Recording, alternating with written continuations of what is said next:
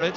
And Brian Gavin says, yep. Yeah, well, I think they're so far ahead. You know, I think in the tight game he wouldn't have got that. He definitely led with the hurl, I thought, and George Linich got frustrated. He was going to catch that ball, and John Dalton brought it down in front of him. 3 yellow cards now for Kilkenny backs. It's JJ. Pat Horgan shoots, and it's gone up over the bar off the stick there of PJ Ryan. Has to be content with a white flag rather than a green. And it's Pat Horgan's first point of this match. Good stop by PJ Ryan. Good height for him as well. It was a way too high and away. Yeah. It might have even gone over the bar without the touch, but you know, to me, that's at this level. You know, that has to be low and hard and on target, and you know, there's no excuse for that. It was rising all the time over the bar, and that's very poor. So in points, 22 points to 7, as you can see.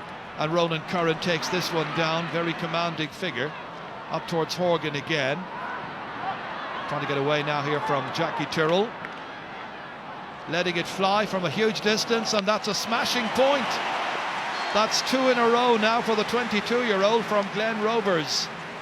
Yeah, super score. And you have to say about Pat Horgan in the second half, you know, whether it was a penalty or not, he was on the ball, and that's the 3rd or 4th time in the second half. And that's a great score off his left side. Well, the future is, for Cork at least, players like Pat Horgan and like Paudie O'Sullivan and William Egan. They've got to go that route now, I think. Sean O'Galpin, one of those to give fantastic service over the years.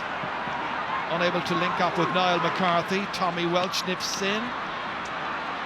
Bit of a scramble. In the end, TJ Reid comes away with it. Stolen from him by Jerry O'Connor. And on it comes here to the twin brother. Ben O'Connor out as far as Horgan, going for 3 in a row. And he's got it. How about that?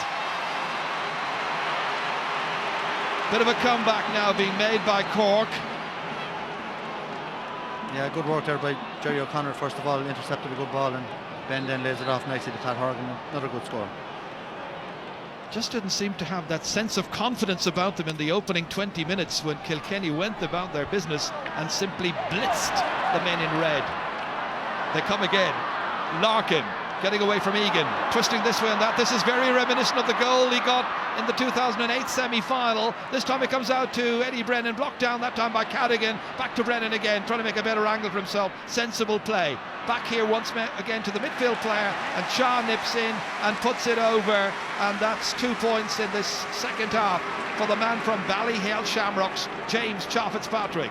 Yeah, you could sense maybe Kilkenny had taken their foot off the pedal for the last 10 minutes, and just Owen Larkin, great catch again there, and lovely ball outside by Eddie Brennan to Cha, and as I said earlier, always very accurate and taps it over the bar. Played on here towards Jerry O'Connor. Now John Gardner. Well, from a distance, his striking is good, and he's put it over and he's got his first point. So it's going to be Eddie Brennan who's got to come off, by the way, to enable Michael Rice to come on as we watch that point again in reprise. Beautiful score there by John Gardner, Cork's 10th. He's now 31 years of age, same as Henry, and bringing on a younger player in Michael Rice. There's Rice straight away into the thick of the action, down as far as Richie Power. Nicely off. Here he is, Michael Rice. Great block, well done by Owen Cadigan. Comes back to him again, however. Fancying his chances the second time. Well, went nowhere with that. It's a poor ball, and it's given away, and Cork can now burst out with Ben O'Connor. Jerry O'Connor, his twin brother, couldn't quite link up with him. In came Michael Fennelly. Jerry getting it forward to Pat Horgan.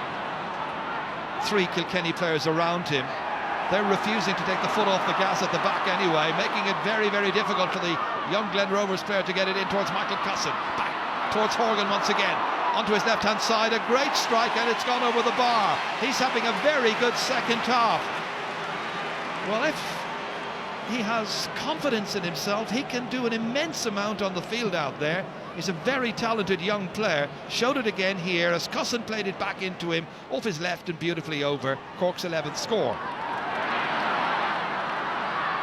Well, they've had a penalty stopped. If that had gone in, it would have been an interesting position. Mind you, Kilkenny are still so far ahead in front of an attendance of 41,060 people here. Comerford comes across. And again, the striking is good.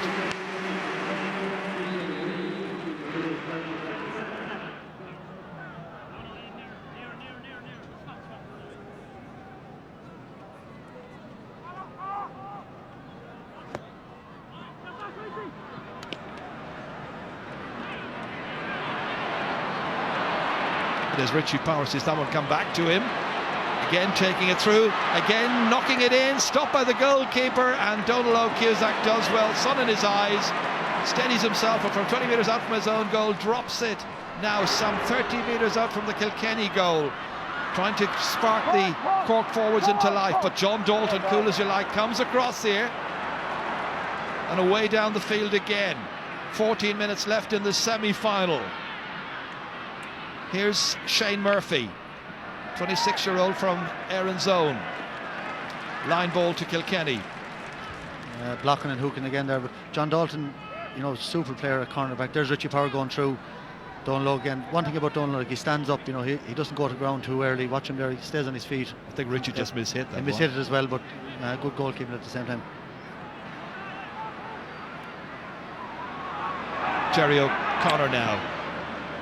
He's been a great player over the years. Hurler of the year back in 2005. Cosson couldn't take it down. John Dalton can. Tidy and economical, gets it out there. Back into Jerry O'Connor again here, taking on the backs. Foot went out to stop him and bring him down. Free into Cork. Yeah, Jerry O'Connor has made a bit of an impact.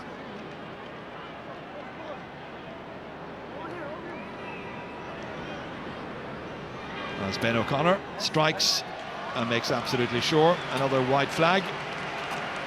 His 5 points all coming from frees. Sorry, Jerry, I think that makes it 7 points all in the second half. Now much more even, but you'd have to say Kilkenny really have taken the foot off the pedal. They're just, you know, they tend to respond to a Cork score with a point themselves, but you know, they're just walking around the place in most positions now, taking it.